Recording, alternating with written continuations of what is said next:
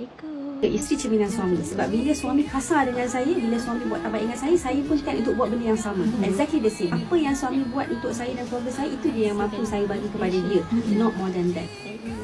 Berbalik kepada satu soalan yang besar, yang selalu dapat daripada Ustaz-Ustazah ni, cakap pasal peranan suami dan isteri. Kata, apa ibadah yang tak pernah habis, yang takkan putus? Perkahwinan. Jadi it depends on you. You nak berkahwin, apa tujuan you? Adakah you memang nak duduk dalam satu perkahwinan tu, you nak sapu habis apa yang ada, segala peluang dan ruang untuk dapat kebaikan, ataupun you berada dalam tu untuk saling menegakkan hak ataupun saling balas-balas. Tapi tak dinafikan, kalau kita dapat suami atau isteri yang saling menganiaya tu, yes, kita perlu bertahankan diri. Tapi bukan semua situasi. Sebab tu ada term isteri cerdik dan soleha. Kita tahu bila kita nak manage diri kita sendiri, bila kita nak buat tindakan yang nombor satu, bila kita nak buat tindakan yang nombor dua. So it depends on us.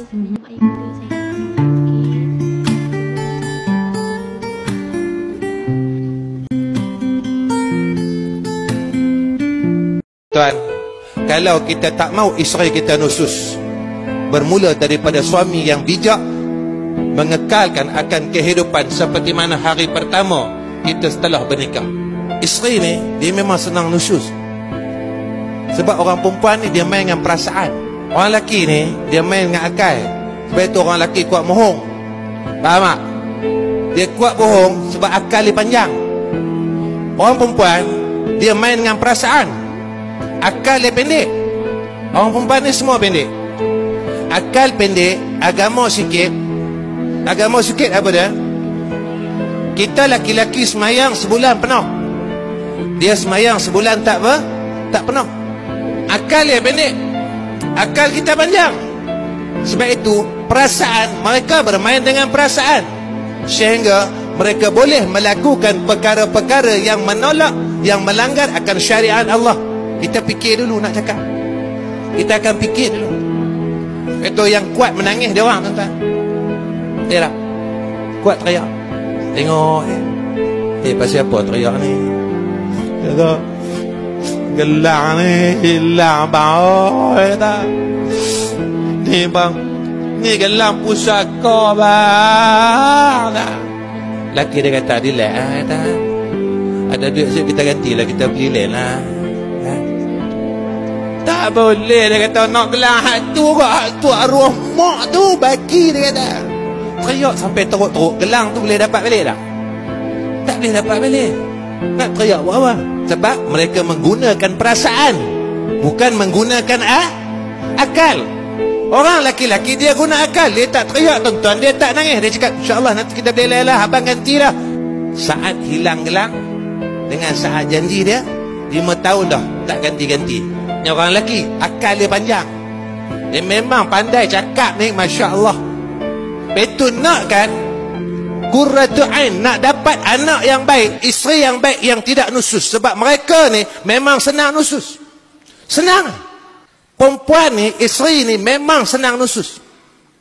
Hebat seorang suami kerana isteri. Isterilah penawar hati kita.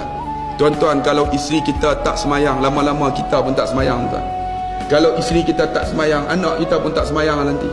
Sebab tu hebat seorang suami kerana isteri. Saya selalu dengar ayat ni, isteri adalah cerminan suami. Maknanya kalau suami baik, insya-Allah isteri akan jadi baik. Betul, saya setuju. Tapi kita juga jangan lupa, boleh tak kalau saya katakan suami adalah cerminan isteri? Maknanya kalau isteri baik, layan suami baik, insya-Allah suami akan jadi baik. Maknanya cause and effect. Sebab dua-dua ada kesan dan akibat. Sebab itu pada saya, jangan tunggu pasangan kita jadi baik untuk memulakan kebaikan. Kita yang kena mulakan kebaikan terlebih dahulu, barulah pasangan kita akan terkesan dengan kebaikan kita.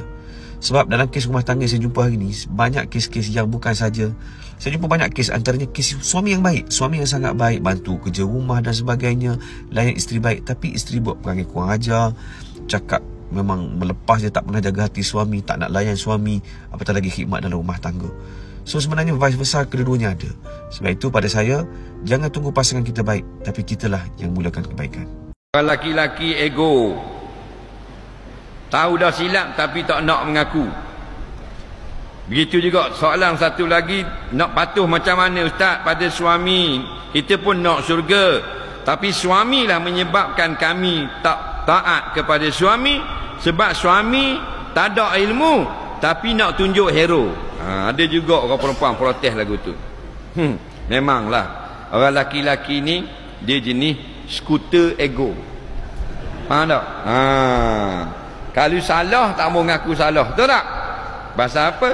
Fitrah laki-laki. Perempuan dia suka dipuji. Kalau kita puji yang tak sepatut pun dia suka juga. Faham tak? Jenis gitu. Orang laki-laki gitulah. Jadi buang sikap ego. Dan buang kuasa betul yang ada pada kita. Kita tak faham benda-benda nak lebih-lebih. Isteri kita boleh tengok dah kita. Baca Fatihah pun macam Mak Saleh baru masuk Islam. Faham? Tapi kita nak sembang lebih depan bini kita. Dia kenal. Orang yang paling kenal kita, isteri kita. Orang yang paling kenal isteri kita, suami dia. Faham? Kerana isteri kita dengan mak dia tak tidur sebatang. Tapi dengan suami dia tidur sebatang satu selimut. Faham? Lepas tu banyak tahu rahsia. Jadi orang laki-laki jangan ego lah. Benda tu ada, kawal. Jangan bagi lebih. Maknanya kita dengarlah nasihat isteri. Bila isteri kita nasihat, tak salah awak kita tak molek bang. Faham? Kita dengar. Bila kita dengar, Allah suka orang yang merendah diri. Kau dah kan? Bila kita tak mau dengar, kau mang mau dengar orang puan cakap ada batu mu kata. Jangan dengar. Faham?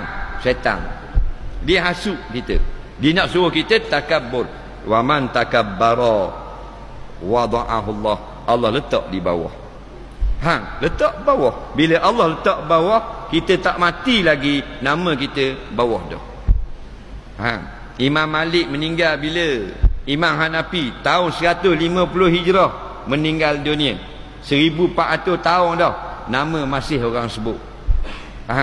Kita dah mati lagi, orang dah sebut dah nama. Kalau mati balik awal terus. Faham tak?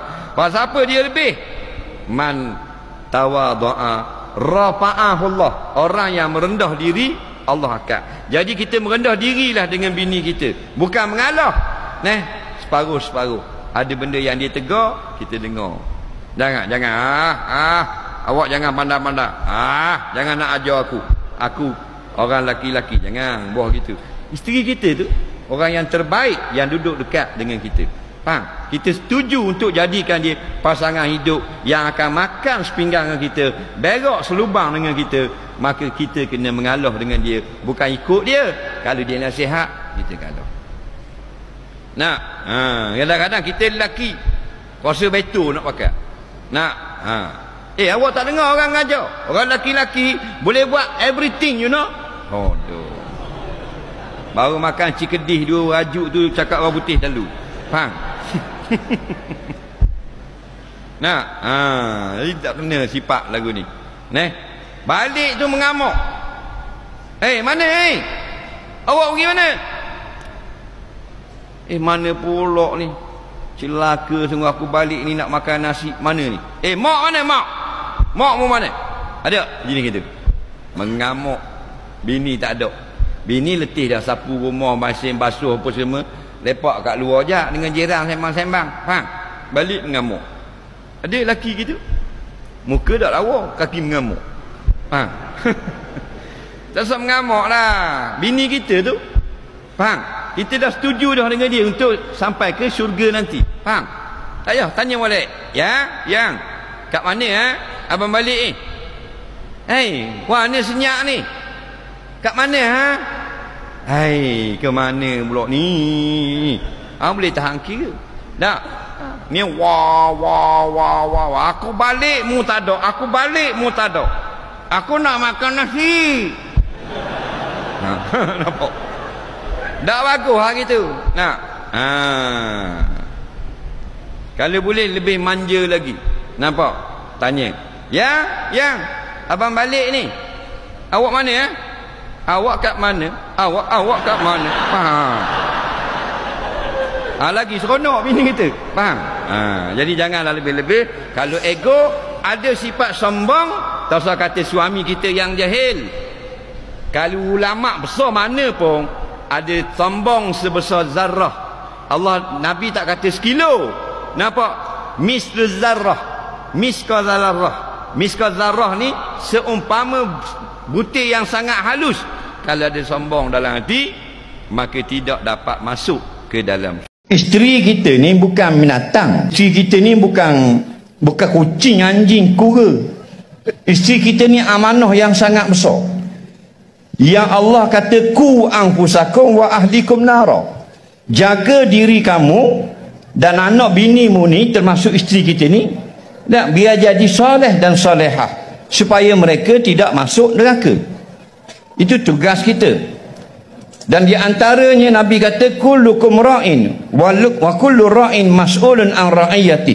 Setiap suami adalah penjaga, pemimpin di rumah dia. Dia akan ditanya di padang mahsyar di akhirat nanti apa yang ada dalam rumah dia. Nombor satu yang ditanya isterinya. Sedangkan isteri kita ini manusia yang paling mulia dalam kehidupan kita selepas ibu kita. Kalau orang tanya siapa yang mulia, mula-mula ibu kita, kemudian isteri kita. Kerana mereka ini amanah Allah untuk kita jaga, dan mereka akan lahirkan zuriat kita. Kalau kita nak isteri kita baik, kita kena ubah diri kita. Isteri saya suka kalau bercakap, kalau benda tak buat, saya tak nak cakap tuan-tuan. Besok saya kena didakwa oleh Allah di padang mahsyar. Pandai saya cakap, buat pun tak. Saya tak berani tuan-tuan. Mengajar senang, saya boleh tipu tuan-tuan, tapi saya tak boleh tipu Allah Ta'ala. Allah perhatikan setiap kalam yang keluar daripada mulut saya. Malaikat kiraman katibin tulis apa yang saya cakap. Sampai sana saya didakwa oleh Allah Subhanahu Wa Ta'ala. Sia-sia tuan-tuan. Saya keluar rumah, tak kira saya pergi mana pun. Kalau isteri saya tinggal di rumah, saya pergi kuliah ke, saya pergi kedai ke, isteri saya akan datang jumpa saya. Bang, saya minta maaf, perjalanan abang selamat. Tuan-tuan, kalau kita nak isteri kita baik, kita kena ubah diri kita. Rasulullah dia tak pernah tengking isteri-isteri dia. Rasulullah dia berbuat baik dengan isteri-isteri dia. Barulah kita akan rasa kebaikan daripada isteri kita. Saya bagi contoh satu tuan-tuan, Siti Khadijah. Setakhir Rasulullah balik, pada musafir Rasulullah balik, tak masuk rumah lagi. Rasulullah dengar seorang perempuan menangis tuan-tuan, menangis. Allah masuk kata ini seorang Khadijah, saya Khadijah ni. Rasulullah masuk, Rasulullah tanya Siti Khadijah, wahai Khadijah, kau menyesal ke kahwin dengan aku? Dulu kau kaya, sekarang kau miskin. Siti Khadijah cakap apa dengan Rasulullah? Ya Rasulullah, aku kan menyesal, tapi aku sedang fikir, besok kalau aku mati, dia kata, aku dah tak boleh tolong hang lagi. Masa hidup ni aku boleh tolong, aku ada harta, aku tolong sampai habis harta aku. Kalau engkau susah hati, aku ada di tepi engkau ya Rasulullah. Kau ketakutan, aku ada di dalam, aku selimutkan engkau ya Rasulullah. Aku terfikir, dia kata, besok kalau aku mati, aku nak tolong macam mana? Dia wasiat dengan Rasulullah, ya Rasulullah, kalau lah tulang belulang aku ni laku untuk kau gadaikan, untuk kau tegakkan agama, kau ambil, kau jual lah. Tuan-tuan, saya tanya diri saya, tuan-tuan tanya diri tuan, isteri kita ada sampai tak tahu? Kita kena tanya diri kita, suami yang macam tu tuan-tuan. Kita seorang suami yang macam tu tak? Kita kena tanya. Kita kena tanya. Sebab cerita ni bukan cerita dunia tuan-tuan, cerita ni cerita akhirat. Sebab itu, apa yang kita minta dengan Allah, jangan bercanggah tuan-tuan. Kita minta dengan Allah, Rabbana hablana min azwajina wa zurriyatina qurrata a'yun waj'alna lil muttaqina imama. Dengan bercanggah dengan apa yang kita minta. Gini ya, wanita itu akan memperlakukan kita seperti apa kita memperlakukan dia. Kamu pengen dihargai sebagai seorang laki, tapi kamu gak bisa menghargai wanitamu. Jangan terus-menerus merasa bahwa dia adalah masalahnya. Terkadang kita masalahnya, cuma kita seringkali nggak sadar. Tugas laki-laki itu yang paling penting ada 3. Yang pertama, buat dia senang. Yang kedua, sediakan apa yang dia butuhkan. Dan yang ketiga, lindungi dia. Itu aja. Kalau kamu lakukan itu, lihat bagaimana dia akan memperlakukan kamu.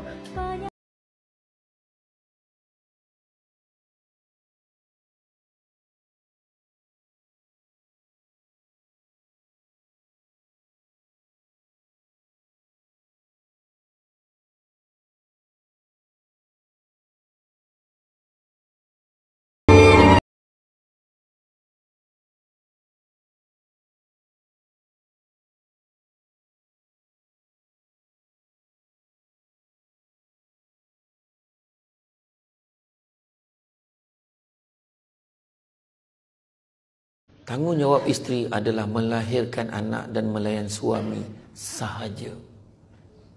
Itu saja kerja dia. Jangan main-main. Yang seorang tu dah rakam.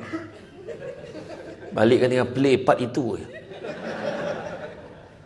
Tugas masak, jaga anak, besarkan anak, bagi makan, siapkan anak, apa semua tugas suami.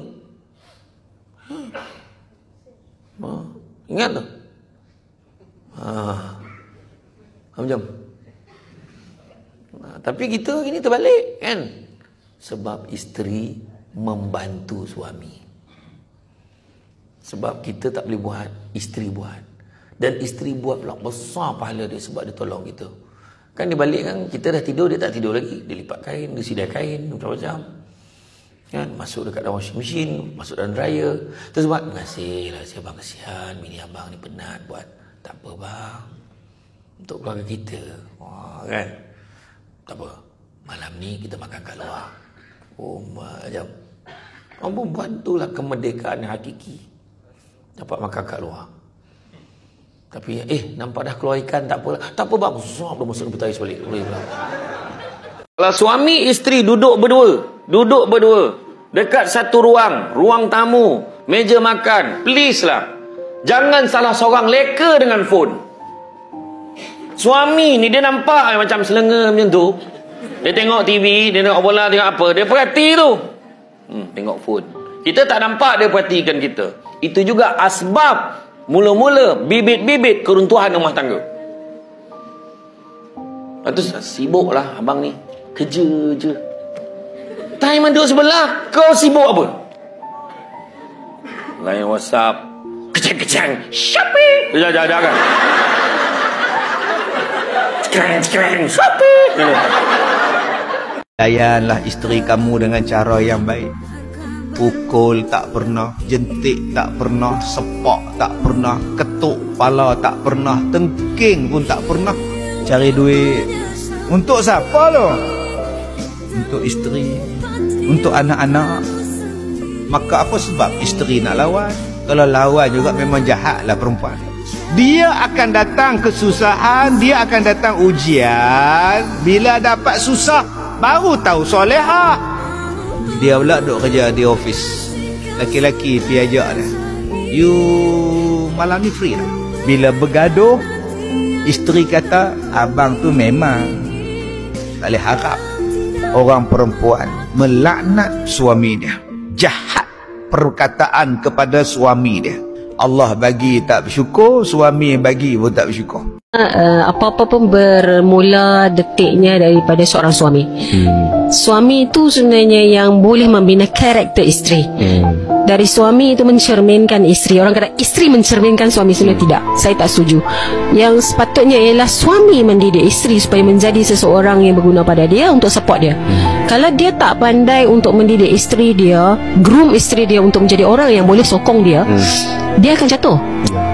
Kan? Dia akan down. Sebab isteri dia bila balik ke rumah saja, isteri dia akan merungut. Abang ni pergi mana, tak keluar, tak balik, tak ingat bini, tak ingat anak-anak, mana tanggungjawab.